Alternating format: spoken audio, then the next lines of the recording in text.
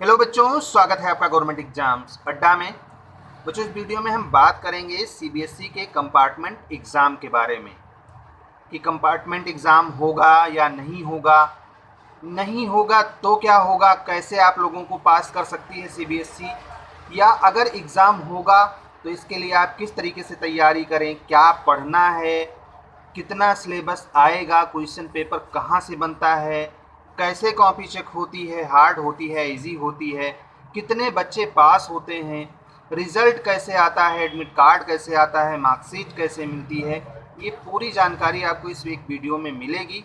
तो वीडियो को आप पूरा अगर देख लिए तो कहीं ना कहीं आपका सारा टेंशन दूर हो जाएगा अगर आप कंपार्टमेंट एग्ज़ाम से रिलेटेड हैं, चाहे क्लास 10th के हों या क्लास 12th के हों। मैं अपने बारे में थोड़ी सी बात बता दूं। मैं हूं उमानाथ पांडे, एक सीबीएसई स्कूल में बायोलॉजी लेक्चरर हूं और बहुत जाना माना स्कूल है, मैं नाम नहीं बता सकता आपको उसका। तो जो कुछ भी मैं बताऊंगा एज ए टीचर, उस इंस्टीट्यूट का एक पार्ट होने की वजह से बहुत सारी बातें अंदर से भी पता होती हैं। तो मैं ना तो आपको भ्रमित करने वाला हूँ और ना आपसे व्यूज़ लेने हैं, ना आपसे मुझे अपने आप को फॉलो करवाना है ट्विटर पे, इंस्टाग्राम पे, फेसबुक पे। मुझे भीड़ नहीं बटोरनी है, आपकी सहायता करनी है। देखो बच्चों, अभी भी बहुत से बच्चे हमको मैसेज कर रहे हैं कि सर ये यूट्यूबर बोल रहे हैं, वो यूट्यूबर बोल रहे हैं कि एग्ज़ाम नहीं होगा। जब इतने केसेस थे तो एग्ज़ाम नहीं हुआ, अब तो कोरोना के बहुत सारे केसेस हैं और एग्ज़ाम कैसे हो पाएगा। जबकि मैं कह रहा हूं कि एग्ज़ाम सीबीएसई करवाएगी। तो बच्चों में कन्फ्यूज़न की स्थिति है और कह रहे हैं कि सर क्या वो गलत बोल रहे हैं। तो बच्चों, मैं आपसे इसके बारे में बात करना चाहूँगा, 2 मिनट का टाइम उसमें लगेगा। देखो, वो गलत नहीं बोल रहे हैं, उनको ऐसा लग रहा है कि सीबीएसई एग्ज़ाम नहीं करवा पाएगी क्योंकि कंडीशन ख़राब हो रही हैं और वास्तव में ख़राब हो रही हैं। लेकिन ये ऊपरी बात है। अब अगर आप और भी चीज़ों को जानते हों और भी डिटेल्स को जानते हों अंदर से, तो शायद आपके लिए ये कहना आसान नहीं होगा कि एग्ज़ाम्स होंगे या नहीं होंगे। देखिए, जितने भी लोगों को आप जानते हो यूट्यूब पे जो आपको न्यूज़ देते हैं, उनमें से कितने लोग स्कूल में पढ़ाते हैं। अगर बड़े बड़े यूट्यूबर्स की मैं बात करूं तो उनका खुद का कोचिंग है, वो किसी स्कूल से जुड़े हुए नहीं हैं और इसीलिए छात्रों के भविष्य से ज़्यादा उनको अपना कॉमर्शियल अचीवमेंट दिखता है कि मैं कितना फ़ायदा कमा लेता हूँ। तो उनको फॉलोअर्स बढ़ाने हैं, संख्या बढ़ानी है। देखो बच्चों, अगर एग्ज़ाम नहीं होता है तो सीबीएसई के लिए बहुत बड़ी मुसीबत हो जाएगी। क्या मुसीबत हो जाएगी? जो बच्चों को उन्होंने एग्ज़ाम नहीं करवाया और नंबर दिया, आप लोगों में से बहुत से लोगों ने कंप्लेन किया है कि सर नंबर बहुत कम मिला, जो पेपर नहीं हो पाए थे और उसमें सीबीएसई ने असेसमेंट स्कीम के अंतर्गत हमको मार्क्स दिए तो उसमें नंबर आपको कम मिला। उन बच्चों को नंबर तब मिला जब उनके पहले 2-3 एग्ज़ाम हो चुके थे और उसके आधार पे नंबर दिया सीबीएसई ने। अब जिसमें आप फेल हो गए हो, उसमें सीबीएसई अगर आपको पासिंग मार्क दे देगी तो आप संतुष्ट नहीं होंगे और संतुष्ट होना भी नहीं चाहिए, क्योंकि हो सकता है आप तैयारी करके ज़्यादा अच्छे नंबर ले आएँ। अगर वो पासिंग मार्क से ज़्यादा नंबर देती है तो उसके पास कोई क्राइटेरिया नहीं है कि किस आधार पे आपको कितना नंबर दे। तो अगर सीबीएसई को यही करना होता कि वो जनरल प्रमोशन आपका कर देगी, तो पहले ही एग्ज़ाम में क्यों नहीं कर देती। आपको खुद सोचना है इस बात को कि जब अभी कुछ ही दिन पहले रिजल्ट आया है तो सीबीएसई कहती चलो टेंशन ही ख़त्म कर देते हैं कंपार्टमेंट का, सभी बच्चों को हम पास कर देते हैं, ना रहेगा बांस ना बजेगी बांसुरी। मतलब कंपार्टमेंट एग्ज़ाम ही, कोई फेल ही नहीं होगा तो कंपार्टमेंट आएगा कहाँ से। एटलीस्ट वो सबको पासिंग मार्क दे देती, आप भी संतुष्ट थे, सीबीएसई का भी काम बन जाता। बहुत सारे यूट्यूबर्स थे जो बड़े बड़े थे, हिडन मॉडरेशन पॉलिसी लगवा रहे थे जनरल प्रमोशन पे। हे भगवान, दिन में 8-8 वीडियो आती थी कि सभी लोग होंगे पास, ऐसा होगा वैसा होगा, पता नहीं कैसा होगा। मैं शुरू से आपसे कहता था कि ये पॉसिबल नहीं है। एज ए स्कूल पार्ट होने की वजह से मुझे सारी बातें पता थी कि कितने बच्चे फेल हो रहे हैं, क्या है कंडीशन। मैंने बार बार कहा, आप लोगों में से बहुत से बच्चों ने अनसब्सक्राइब कर दिया, छोड़ के चैनल चले गए, संख्या मेरी बढ़ी नहीं, संख्या मेरी घट गई। फिर भी मैं सही बोलता रहा कि बच्चों, सभी बच्चों को पास नहीं करने वाली है सीबीएसई। भले आप हमारी बात सुनो ना सुनो, कड़वी लगे, आप छोड़ के चले जाओ, लेकिन मैं झूठ नहीं बोल सकता, क्योंकि झूठ बोल करके आपकी पढ़ाई से आपको वंचित कर दूंगा, आप पढ़ना बंद कर दोगे, और अगर आपका कंपार्टमेंट आ गया तो आपके लिए बहुत घातक होगा। देखो, परिणाम सामने है। अब उन लोगों से आप जाकर के पूछ सकते हो कि सर जनरल प्रमोशन का क्या हुआ, आपके तो जीजा जी थे, उनकी एचआरडी मिनिस्टर से रोज़ मीटिंग होती थी शाम को, हैं? बहुत सारे लोग ऐसे थे जो उल्टे सीधे दावे करते थे, और ये सब बेवकूफ़ बनाने का तरीका था कि ट्विटर पे मुझसे मेरे साथ ट्वीट करो, लोग मुझे मारने की धमकी दे रहे हैं, ऐसा कर रहे हैं, वैसा कर रहे हैं, बच्चों मुझे सपोर्ट करो नहीं तो मैं मर जाऊँगा, सब्सक्राइब कर लो तो तुम्हारे 90% नंबर आएंगे, जो मुझे सब्सक्राइब करेगा उसके 95% नंबर आएंगे। तो इस तरीके से बच्चों को बेवकूफ़ बनाया गया। बहरहाल उससे क्या लेना देना, जो सामने है वो सामने है। तो अभी भी किसी के चोचलेबाजी में मत पड़ो कि सबका जनरल प्रमोशन हो जाएगा, कंपार्टमेंट एग्ज़ाम नहीं होगा। कंपार्टमेंट एग्ज़ाम नहीं होगा तो आपका साल बर्बाद हो जाएगा बच्चों, यकीन मान लो। एग्ज़ाम नहीं होगा तो आपका जनरल प्रमोशन नहीं होने वाला है, इस बात को मैं लिख के दे रहा हूँ। एग्ज़ाम होना है, एग्ज़ाम नहीं होगा ऑफलाइन तो ऑनलाइन सीबीएसई करवाएगी, इंटरनल असेसमेंट करवाएगी, टीचर आपके घर पे जाके, खुद सोचो, मेरे स्कूल में 2 बच्चों का कंपार्टमेंट आया, अपने स्कूल में पता कर लो कितने का आया होगा, 4, 5, 10 बच्चों का आया होगा। क्या टीचर घर जा कर के असेसमेंट नहीं कर सकते? क्या बच्चों को 10 कमरों में बैठा के परीक्षा नहीं हो सकती? क्या होम सेंटर नहीं हो सकता? अरे हो सकता है। बस ये सब क्या है, बच्चों को इकट्ठा कर रहे हैं कि एग्ज़ाम कैंसिल करवाओ। अरे क्यों कैंसिल करवाओ? कैंसिल हो गया तब तो बच्चों का 1 साल बर्बाद हो जाएगा ना, उसमें तुम्हारा क्या नुकसान है? तुम तो यूट्यूब पे पैसे कमा लोगे। बच्चे क्यों उनके साथ जा रहे हैं? क्योंकि बच्चों को डर है कि सर मैं अभी फेल हुआ हूँ, एग्ज़ाम होगा 15-20 दिन में, 1 महीने में, तो मैं फिर से पास नहीं कर पाऊँगा। अरे मत पढ़ो इस चक्कर में, अगर एग्ज़ाम हुआ तो आप पास कर ले जाओगे, मैं बता रहा हूँ ना। एग्ज़ाम होना आपके लिए फ़ायदेमंद है बच्चों। मैं भी चिंतित हूँ कि कोरोना वाला सिस्टम है, उसकी वजह से आपको खतरा है, लेकिन 10 बच्चों को 10 कमरों में बैठा के, क्या आप मार्केट नहीं जा रहे हो? क्या आप घर के बाहर नहीं निकल रहे हो? या बिल्कुल पैक हो अपने घर में? नहीं है ऐसा ना। तो जो सोशल डिस्टेंसिंग की ज़रूरत है, जब हम वो नहीं कर पा रहे हैं फिर भी सेफ हैं, तो एक दिन अगर आप स्कूल चले गए, सैनिटाइज है, एक दिन आपने बैठ के एग्ज़ाम दे दिया, तो क्या होने वाला है उससे? एक दिन की, एक आपका एक ही दिन की तो परीक्षा होगी। जो एग्ज़ाम कैंसिल हुआ है उसमें कई दिन एग्ज़ाम होने थे, बहुत सारा ह्यूमन रिसोर्स लगना था, बहुत सारे दिन कॉपी चेक होनी थी, तो उतना बड़ा इशू नहीं है कि एग्ज़ाम कैंसिल होगा। अब चलो बात करते हैं कि आप पास कैसे करोगे। अगर आपका कंपार्टमेंट आया है क्लास 10th में और 12th में, तो आप हमको कमेंट बॉक्स में बता देना कि आप कहाँ से हो और 10th और 12th में किस विषय में आपका कंपार्टमेंट आया है, ये हमको कमेंट बॉक्स में बताना। अब हम बताते हैं कि किस तरीके से आप पास कर सकते हो। जो डेटा हमको मिला है अनऑफिशियली, उसके हिसाब से जो 12th के बच्चे हैं उनका 4 विषयों में सबसे ज़्यादा कंपार्टमेंट आया है। मैथ में सबसे ज़्यादा बच्चों का है, उसके बाद में अकाउंटेंसी में है, फिजिक्स, केमिस्ट्री, बायोलॉजी में भी है, बायोलॉजी में कम है बट है सबका, मतलब यही 4-5 सब्जेक्ट ऐसे हैं जिसमें ज़्यादा कंपार्टमेंट आया है। कुछ लोगों का इकोनॉमिक्स वगैरह में भी आ गया है। 10th में 2 विषय ज़्यादा हैं जिसमें कंपार्टमेंट आया है, एक तो मैथ्स है, चाहे स्टैंडर्ड हो या बेसिक हो, और दूसरा है साइंस। बाकी में तो मुझे नहीं मिला कोई नॉर्मली कि हाँ इस सब्जेक्ट में आया है सर कंपार्टमेंट।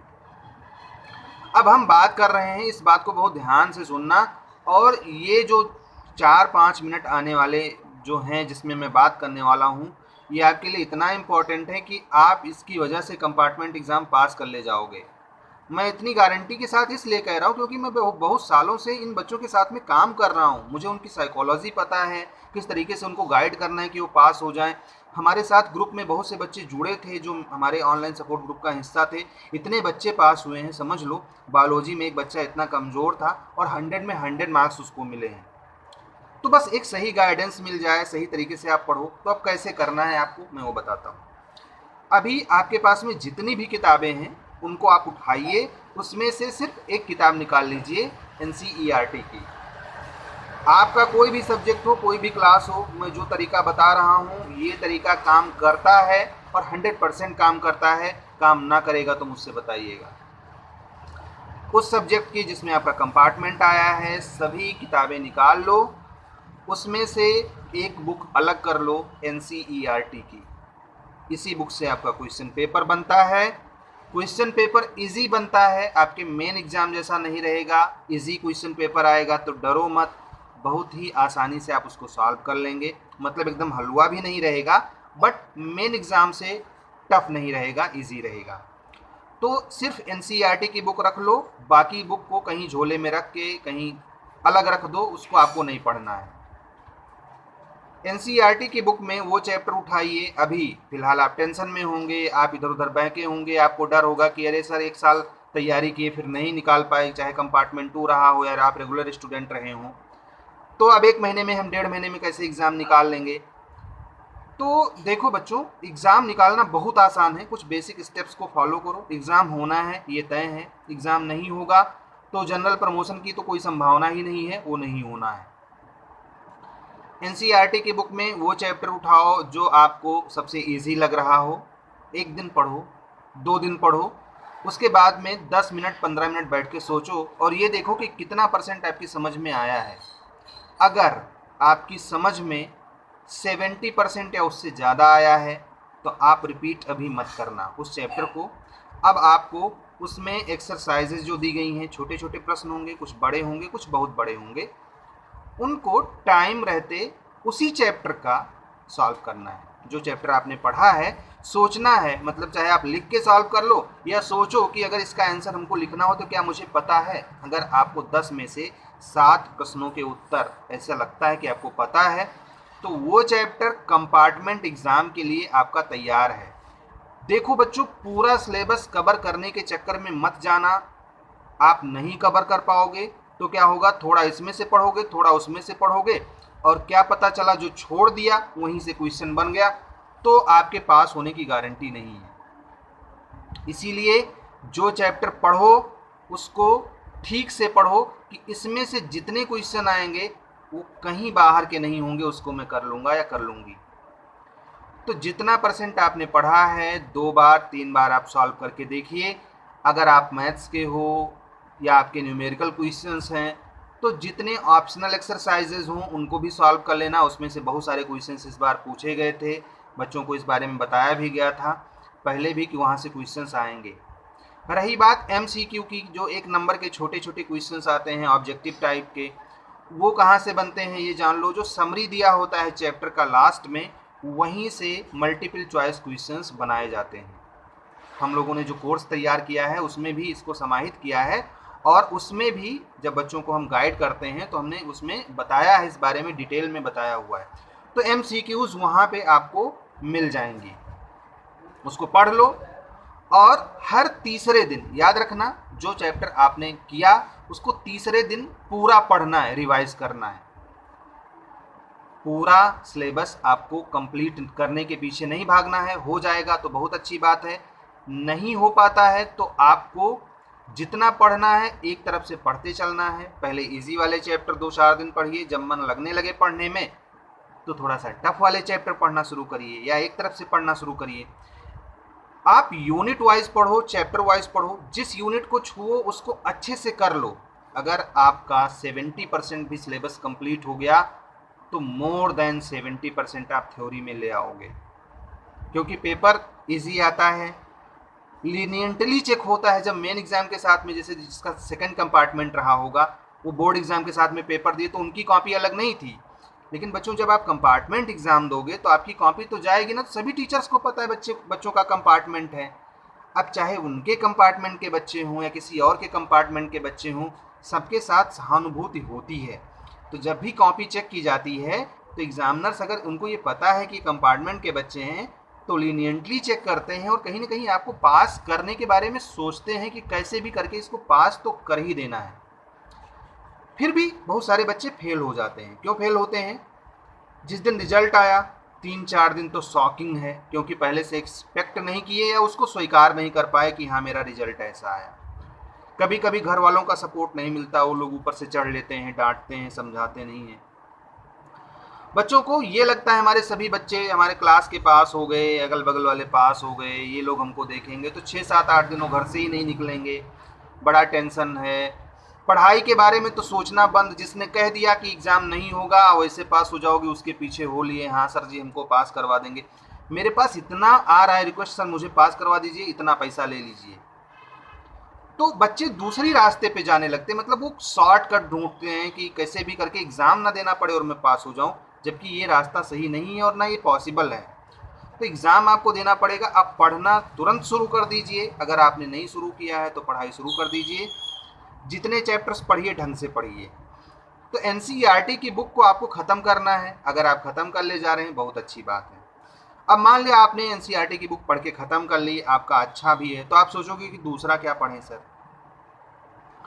देखो बच्चों, रेफरेंस बुक में पढ़ने को इसलिए नहीं कह रहा इसमें, क्योंकि रेफरेंस बुक पढ़ करके एक ही टॉपिक में आप उलझ जाओगे, बहुत ज़्यादा वर्कलोड हो जाएगा।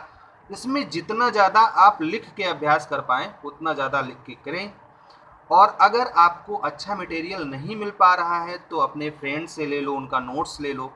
देखो जो अच्छे बच्चे होते हैं, जिनके अच्छे मार्क्स आए हैं उस सब्जेक्ट में, उनके नोट्स हमेशा काम करते हैं। तो अगर मिल पाए तो वो नोट्स ले लो, फोटो कॉपी करवा लो या उनसे फ़ोटो खींच लो उस नोट्स की।